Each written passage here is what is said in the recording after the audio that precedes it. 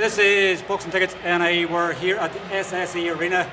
Delighted to be joined by victorious Matty Boreland. Matty, probably fair to say that's the best moment of your pro career so far?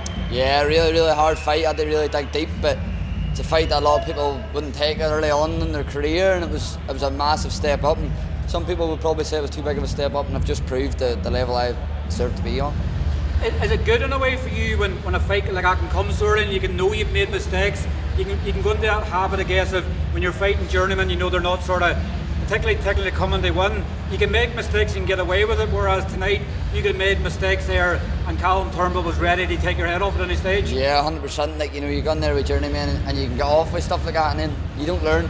You know, I know where I went wrong tonight, and there's always stuff to work on, and if you're not willing to learn, then you're not going to get better. And that fight's going to make me a 10 times better fighter than I am now. Can you put, you know, this is why it happened? Was it like the pressure of, obviously, you sold quite a lot of tickets, probably more so than the last time. Obviously, a unified world champion Ryan Burnett in your corner. Was it them sort of pressures, or is it just that you're making mistakes that you probably shouldn't normally make?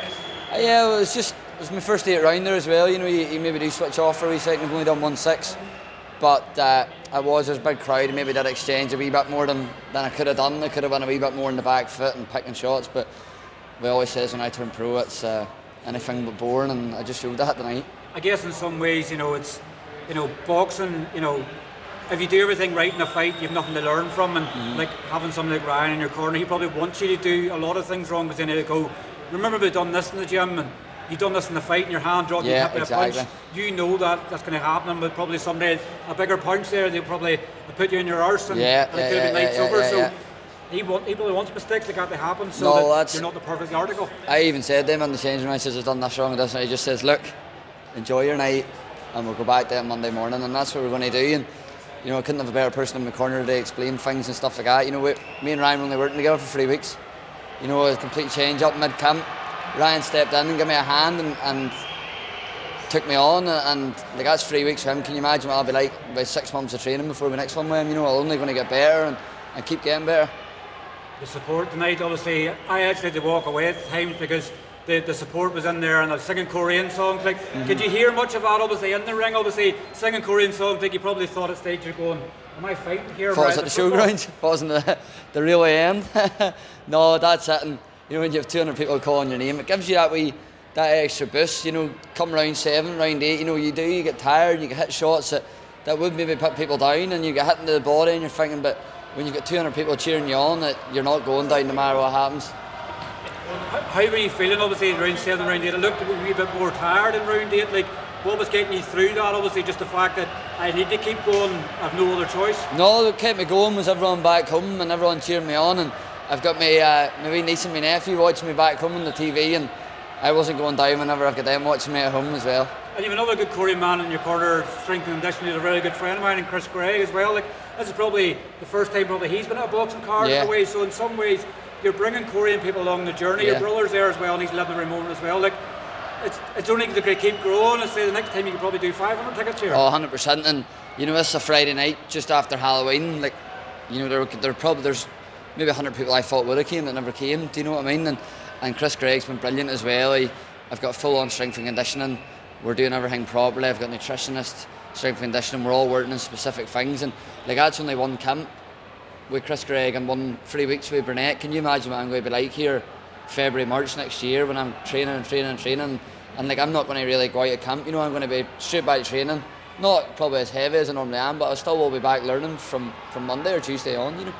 Well, I guess what's next for you, sort of, when you're sort of saying there it's your first camp under Chris with their S&C and 3 weeks of Ryan, like, what would you like to do next? We know there was a fight on here at the minute for the Irish title. You're eligible for an Irish title, you're eligible for a Celtic title. What would you like to happen next? I guess I'm probably sitting down with Ian, sitting down with Ryan, and working out. Do you go straight in the mix and go in for a title? I guess sometimes you get an opportunity like that, you can't turn it down. Yeah, well, like, I'm going to sit down with Ryan and see what he thinks. I'll sit with Ian and see what's best, but we're not in a mad rush to go there straight away for a title. Like, I've only been pro from my debut on the 29th of June. It's only the first. Around this time last year, your exhibition in Letterkenny as well. I only got back boxing last January. I only made my first fight 2 years in January. My first fight back after 3 years off. I was working on the building site, and I've just fought an 8 rounder. My second fight in the SSE. You know, this is things people dream of, and I just keep making history every time I fight, and I'm absolutely buzzing about that tonight. Do you sort of wish them 3 years in the building side you're sort of going, what would have happened if it had been boxing sooner? I know. But then you wouldn't have enjoyed it as much, you know. I enjoy my training, and you know, there's nobody that puts the work in I do. There's one thing about me, and I won't be outworked. People might have maybe a bit more talent, but nobody trains like I do, and that's showing really now, to be honest. Do you think of when Ryan obviously headlined here for the first time in 2017, which is your first sort of fight coming to? Paddy McCrory obviously made his debut in undercard. Fast forward 7 years, Paddy McCrory is headlining the card. Can you think of 7 years down the line where you're going, you know, could it be one of Paddy's fighters, say in 7 years' time, making their debut in your undercard? It's crazy. It's crazy. That's what it says to my brother. It's like dreams, really. Do you know what I mean? And it's all coming into reality now, and it's just the beginning of it, really. So as like it was a good performance, but I know there's a lot more in me, and I'm going to go back to the drawing board back on Monday and just get back to it and see what happens next. Homecoming tomorrow night, the Anchor. Homecoming in the Anchor. Johnson's tomorrow, 2 o'clock. Down to Johnson's, straight to the Korean match, 3 o'clock, and back to Johnson's, and then straight to the Anchor. So will you have to beware. Will you have to buy any drink over the weekend? Will everybody? I wouldn't need to everyone be buying me a drink. That's what you want, doesn't it? They need to be receive a fortune. Can you do the card from the in the future when you win a world title? You buy everybody in the bar a drink.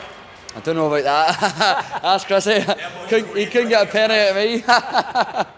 But look, congratulations obviously once again on moving to 4-0. Enjoy your celebrations over the weekend, and I'm sure we'll catch up with you soon. Yeah, I just want to say a big thanks to all my sponsors that have backed me, every single one of them, every person in Korean that bought a ticket, and everybody that's tuning in at home. I really appreciate all the support, and this is just beginning. Korean Showgrounds 2025, up with Korean. Cheers, Matty, take care.